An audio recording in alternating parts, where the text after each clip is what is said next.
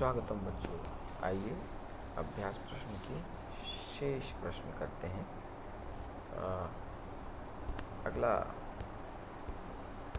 अगला प्रश्न क्रमांक 3, कोष्ठकात उचित पदम अवचित रिक्त स्थानीय पूर्यत। इसमें से जो करेक्ट उत्तर है उसको खाली स्थान में भरना है।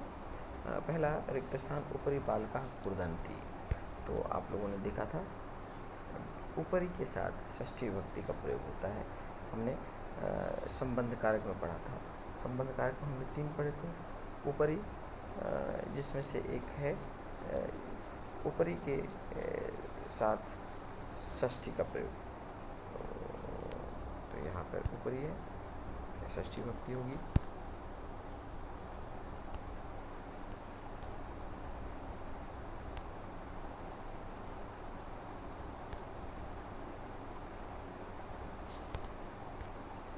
के साथ षष्ठी, तो वृक्ष का षष्ठी वृक्ष से हो गया। पहले का उत्तर वृक्ष से। दूसरा, बाला रिक्त स्थान विभेदी। विभेदी अर्थात डरना। जहाँ पर भी धातु होती है वहाँ पर पंचमी का प्रयोग होता है। हमने पढ़ा था पंचमी के उपपद के अंतर्गत। तो यहाँ पे सर्पेण और सर्पात दिया है, तो करेक्ट आंसर सर्पात। सर्पात विभेदी, सर्प से डरता है। अगला, रिक्त स्थान स्वाहा। स्वाहा के साथ चतुर्थी विभक्ति का प्रयोग होता है। तो अग्नि की चतुर्थी अग्नये, तो अग्नये स्वाहा। अगला, बाला रिक्त स्थान पतति। बालक रिक्त स्थान गिरता है। तो गिरने से तात्पर्य है पृथक हो जाना। तो जहाँ पृथकता का बोध हो वहाँ पे पंचमी विभक्ति होती है। तो अश्व का अश्वात, पंचमी विभक्ति। अश्वात पद की घोड़े से गिरता है। रिक्त स्थान बिना जीवनम न, के बिना जीवन नहीं है। तो बिना के साथ हमने पढ़ा था द्वितीया, तृतीया और पंचमी, तीनों विभक्तियों का प्रयोग होता है। और यहाँ पर द्वितीय विभक्ति दी हुई है, तो सही उत्तर जलम। जलम बिना जीवनम न, जल के बिना जीवन नहीं है। अगला, गजः रिक्त स्थान चलती। हाथी रिक्त स्थान चलता है। यहाँ पे पादई है, पादाभ्याम है। अब यहाँ माध्यम है, चलने का माध्यम, इसलिए तृतीया की विभक्ति का प्रयोग होगा। और चूँकि हाथी के 4 पैर होते हैं, तो 4 पैर अर्थात बहुवचन, इसलिए यहाँ पे पादेन पादाभ्याम पादेभ्यः, यहाँ पे पादेन पादाभ्याम पादई है, तो यहाँ पे पादई हो जाएगा बहुवचन।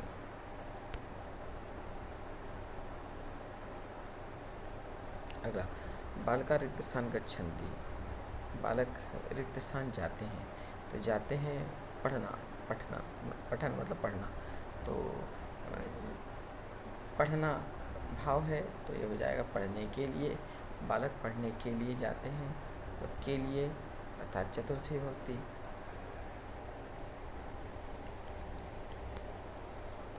चतुर्थी यहाँ पर सही उत्तर है, पठना है। अगला, रिक्त स्थान बालक रिक्त स्थान लिखती। बालक रिक्त स्थान लिखता है। तो लिखता है, कैसे लिखता है? कलम से लिखता है।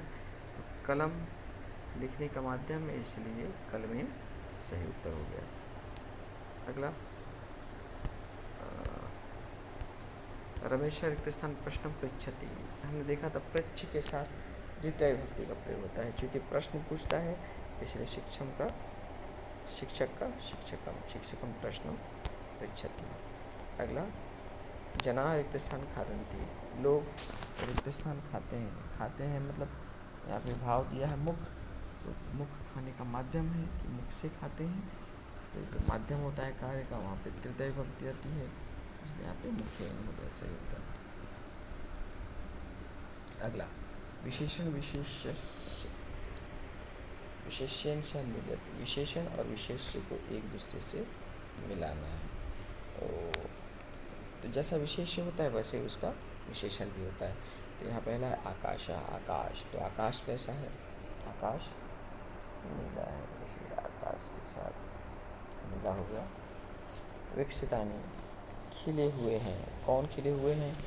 पुष्पाणि। विकसितानि बहुवचन है, तो पुष्पाणि भी बहुवचन। विकसितानि के साथ पुष्पाणि का मेल। मधुरम, मधुरम मतलब मीठा, तो मीठा मधुरम एक वचन में है, तो उसका विशेषण भी विशेष्य भी एक वचन में। तो मधुरम का फलम, मीठा फल, मीठा है कौन, मीठा फल है। विकसिता, विकसिता स्त्रीलिंग है, तो पुल्लिंग होता है तो विकसिता होता है, विकसिता मतलब स्त्रीलिंग। तो स्त्रीलिंग का विशेष क्या है, वाटिका, वाटिका आकारांत स्त्रीलिंग, तो खिली हुई वाटिका। पुष्पिता फूला हुआ है, मतलब जिसमें फूल लगे हुए हैं, ऐसा क्या, ऐसे ऐसा पेड़। पुष्पिता है मतलब एक वचन, पुष्पिता वृक्षा। सुंदरी, सुंदरी स्त्रीलिंग, तो लता, सुंदरी लता, सुंदर लता। आइए आगे देखें। रेखांकित प्रदेशों का विभक्ति तस्मात् कारणात् च लिखत। इस प्रश्न को पहचानना है, जो रेखांकित शब्द है, अंडरलाइन शब्द है, उसमें कौन सी विभक्ति है और किस कारण से उस विभक्ति विशेष का प्रयोग हुआ है। मतलब हमें विभक्ति पहचाननी है, उसके साथ कारण बताना है कि किस कारण से विभक्ति का प्रयोग है। पहला जैसे ज्ञानात् रीते न मुक्ति, हमने पढ़ा था रीते के साथ पंचमी विभक्ति का प्रयोग होता है, इसलिए यहाँ पे पंचमी विभक्ति रीते कारणात्। अगला है रामेण सह सीता गच्छति, यहाँ पे पंच विभक्ति कौन सी आई है, यहाँ पे रामेण आई है, तो रामायण हो जाएगा उत्तर, रामायण।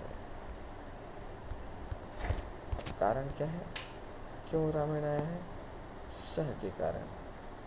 तो रामायण तृतीय विभक्ति है, रामायण तृतीय विभक्ति, और इसका कारण सह, जहाँ पर सह होता है उसके साथ तृतीय विभक्ति का प्रयोग होता है। तो रामायण सबसे पहले हमने पहचाना, रामायण में तृतीय विभक्ति है और उसका कारण है सह। वैसे ही आपको लिखना है जैसे ऊपर का सिंपल उत्तर लिखा हुआ है।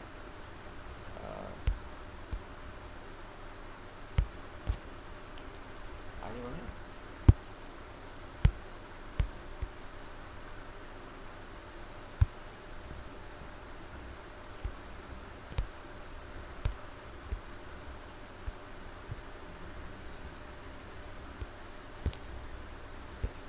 अगले प्रश्न में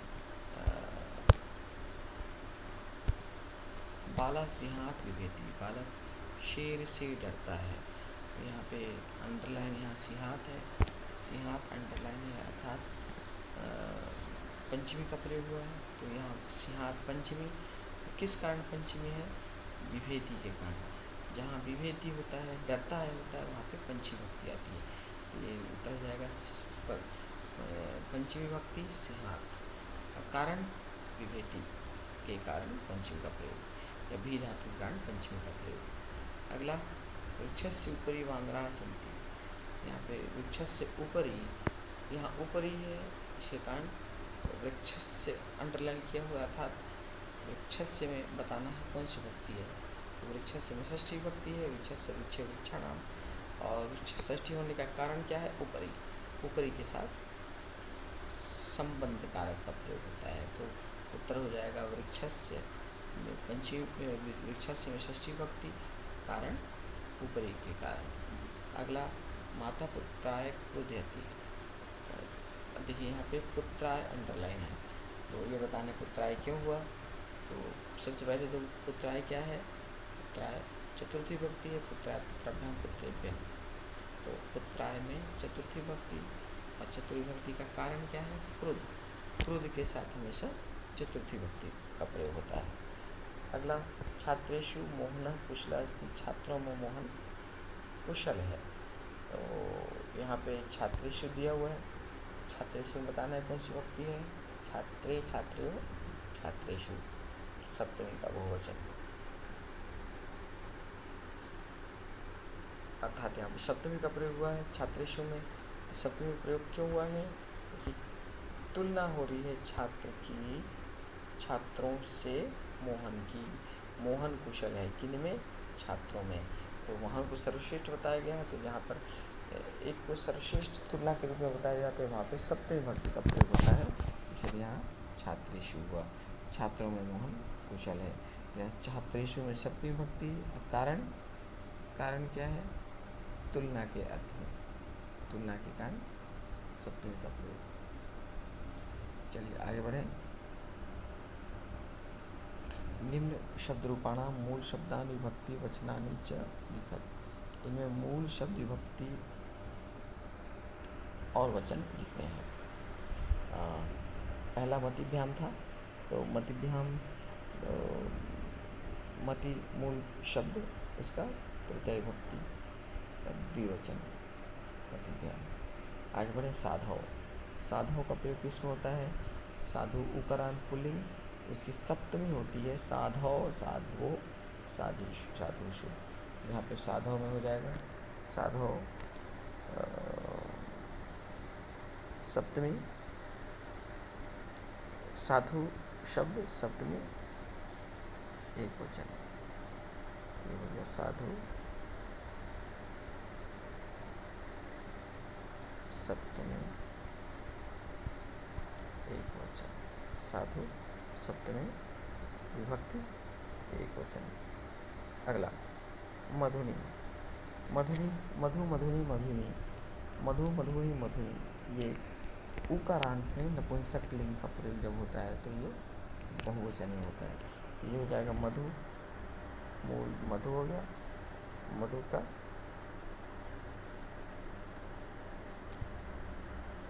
प्रथमा बहुवचन मधुनी। अगला मातु, मातु का प्रयोग ऋकारांत स्त्रीलिंग में, मातृ, मातृ का षष्ठी और पंचमी दोनों में प्रयोग होता है। तो आप पंचमी भी लिख सकते हैं, षष्ठी भी लिख सकते हैं। तो मूल शब्द यहाँ पे हो गया मातृ, मातृ,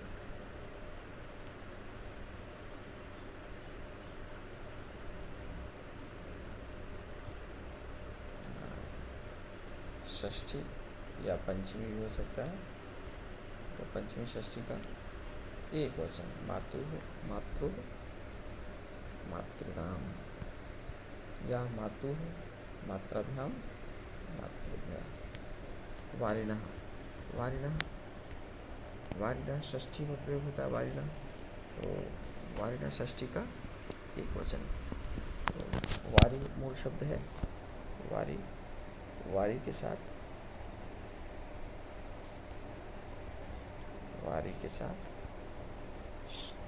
षष्ठी का एक वचन हुआ वारी। अगला धेनु, धेनु धेनु धेनु, धेनु धेनु धेनु, तो धेनु धेनु धेनु द्वितीय का बहुवचन। तो मूल शब्द यहाँ पे होगा धेनु,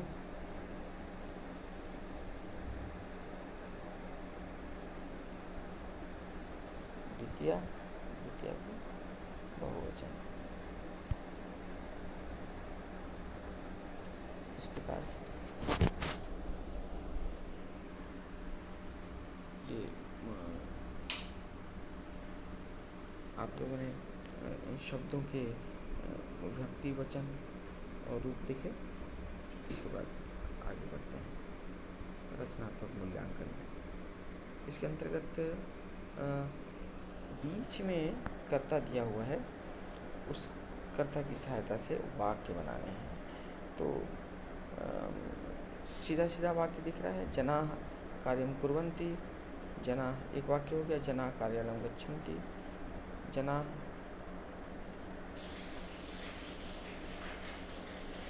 ईश्वरे विश्वसन्ति, लोग ईश्वर पर विश्वास करते हैं,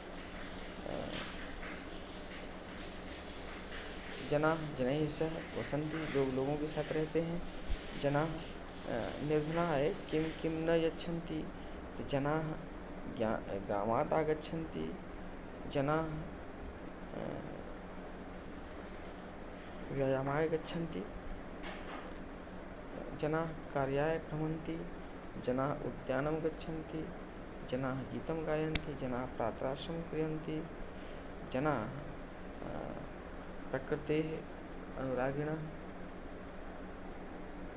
जनाः परिश्रमेण आजीविकाय कार्याय भवन्ति। इस प्रकार शब्दों को मिलाकर वाक्य बनाने हैं। अगला प्रश्न, चित्राणि दृष्ट्वा रिक्तस्थाने पूरा, चित्र को देखकर खाली स्थान भरने हैं। एषः कः अस्ति, यह कौन है, तो दिख रहा है यह कौन है, तो एषः मुनिः अस्ति, तो यहाँ पढ़ सकते हैं मुनिः, एषः मुनिः अस्ति। अगला,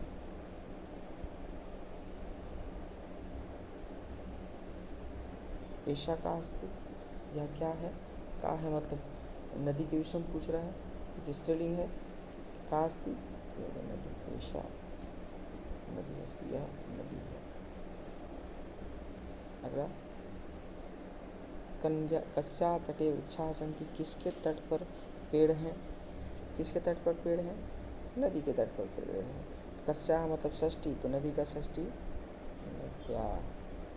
नद्याः तटे वृक्षाः सन्ति। अगला, कासु गंगा श्रेष्ठ है, किन में गंगा श्रेष्ठ है, किन में गंगा श्रेष्ठ है, तो नदियों में गंगा श्रेष्ठ है। तो अभी हमने कुछ देर पहले देखा था कि किसी को जब श्रेष्ठ बताया जाता है सबके साथ, तो वहाँ पर सप्तमी विभक्ति का प्रयोग होती है।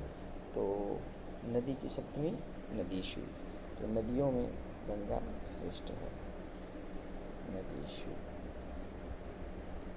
कासु नदीषु गंगा श्रेष्ठ है। कासु भी स्त्रीलिंग है, इसका उत्तर भी स्त्रीलिंग होगा। जनाः काम पूजयन्ति, लोग किसकी पूजा करते हैं, तो काम, का कौ के कम कौ कान पुल्लिंग में, और स्त्रीलिंग में का के का काम के का, तो उत्तर जो है वो स्त्रीलिंग का है। तो कौन है स्त्रीलिंग यहाँ पे, गाय, लोग गाय की पूजा कर रहे हैं, तो क्या हो जाएगा, जनाः काम पूजन्ति, जनाः धेनु पूजन्ति, लोग धेनु की पूजा करते हैं। अगला, सरोवरे कानि विकसन्ति, सरोवर में क्या खिले हैं, तो सरोवर में क्या खिले हैं, कमल खिले हैं। तो कमल नपुंसकलिंग है, तो कानि का उत्तर कमलानि, कमलानि।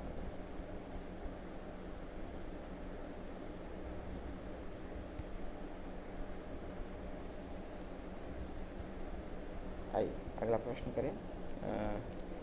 अग्नेये स्वाहा, तो चतुर्थी भक्ति पहचानना है कौन सी भक्ति का प्रयोग हुआ है। अग्नेये में चतुर्थी भक्ति का प्रयोग होता है। जनकम में द्वितीय है, द्वितीय। सिंहात में पंचमी है, सिंहात सिंहाभ्याम सिंहेभ्य। अश्वात में भी पंचमी है। इंद्राय में चतुर्थी, इंद्राभ्याम इंद्रेभ्य। और देवेभ्य नमः के साथ चतुर्थी का प्रयोग होता है, यहाँ भी चतुर्थी का प्रयोग होता है।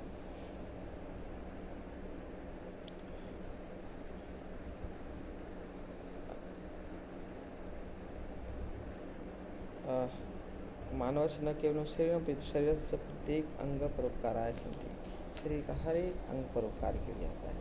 अब आपको बताना है कि किसका क्या आभूषण है, हाथ का आभूषण क्या है। वास्तव में हाथ की उपयोगिता किससे है, हाथ की उपयोगिता दान से है, ठीक है। हाथ दान से सुशोभित होता है। कंठ की उपयोगिता, गले की उपयोगिता प्रिय भाषण से है। गले की उपयोगिता तब है जब आप अपने गले से प्रिय वचन निकालें हमेशा। कर्णस्य भूषणम, कान का आभूषण क्या है, सत्य श्रवणम, सत्य सुनना, सत्य सुनना कान का आभूषण है। मुखस्य भूषणम, मुख का आभूषण क्या है, सत्य, सत्य बोलना मुख का आभूषण है। और नेत्रस्य भूषणम भद्र दर्शनम, भद्र मतलब कि शुभ, अच्छा, अच्छे का दर्शन मतलब अच्छी चीज़ों को देखना। तो इस प्रकार हमने उपपद विभक्ति के सारे प्रश्नों के अभ्यास देखे। मुझे पूर्ण विश्वास है कि आपको यह शीर्षक भली भांति समझ में आ गया है। मिलते हैं अगली क्लास में। नमस्कार।